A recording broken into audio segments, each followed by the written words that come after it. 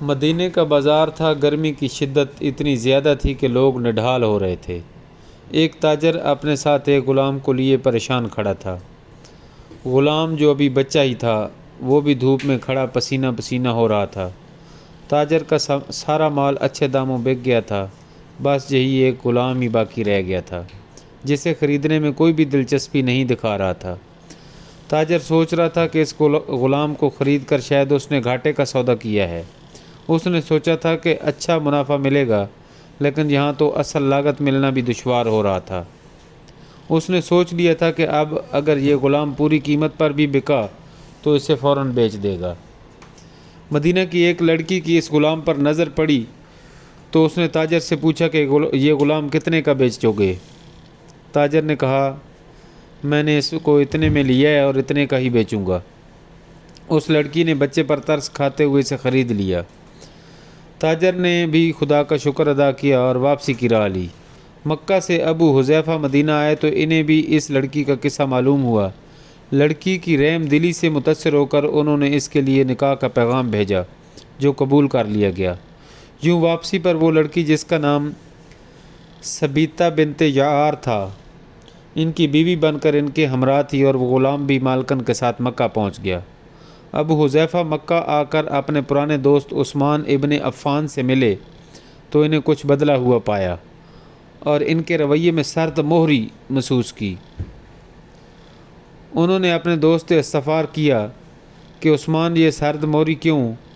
تو عثمان بن عفان نے جواب دیا، میں نے اسلام قبول کر لیا ہے اور تم ابھی تک مسلمان نہیں ہوئے، تو اب ہماری دوستی کیسے چلے گی؟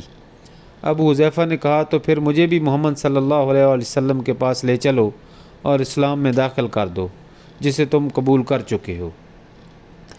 چنانچہ حضرت عثمان رضی اللہ تعالی عنہ نے انہیں نبی کریم صلی اللہ علیہ وسلم کی خدمت میں پیش کیا اور وہ کلمہ پڑھ کر دائرہ اسلام میں داخل ہو گئے۔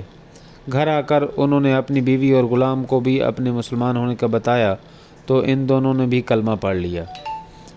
حضرت ابو حذیفہ رضی اللہ تعالی عنہ نے اس غلام سے کہا کہ چونکہ تم بھی مسلمان ہو گئے ہو، اس لیے اب تمہیں غلام نہیں رکھ سکتا، لہٰذا تم میری طرف سے آزاد ہو۔ غلام نے کہا، آقا، میرا اب اس دنیا میں آپ دونوں کے سوا کوئی نہیں ہے، آپ نے مجھے آزاد کر دیا ہے تو میں کہاں جاؤں گا؟ حضرت ابو حذیفہ رضی اللہ تعالیٰ عنہ اس غلام کو اپنا بیٹا بنا لیا اور اپنے پاس ہی رکھ لیا۔ غلام نے قرآن پاک سیکھنا شروع کر دیا اور کچھ ہی دنوں میں بہت سارا قرآن یاد کر لیا۔ جب اب قرآن پڑھتے تو بہت خوبصورت لہجے میں پڑھتے۔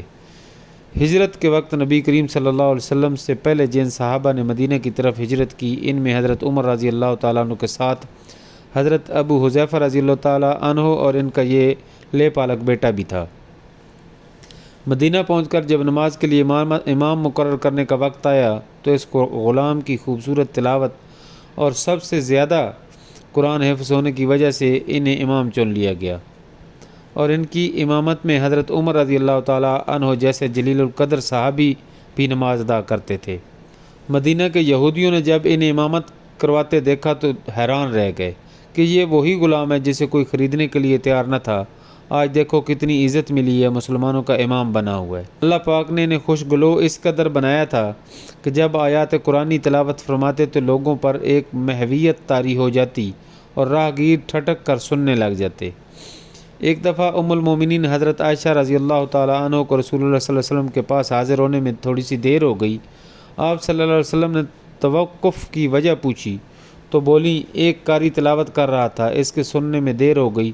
خوش لہانی کی اس قدر تعریف کی کہ حضرت صلی اللہ علیہ وسلم خود چادر سنبھالے ہوئے باہر تشریف لے گئے۔ دیکھا تو وہ بیٹھے تلاوت کر رہے تھے۔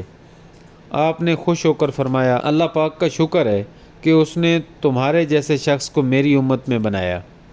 کیا آپ جانتے ہیں کہ یہ خوش قسمت صحابی کون تھے؟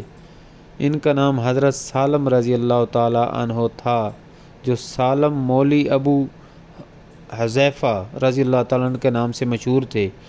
انہوں نے جنگ موطا میں جام شہادت نوش کیا۔ اللہ کی کروڑا رحمتیں ہوں ان پر۔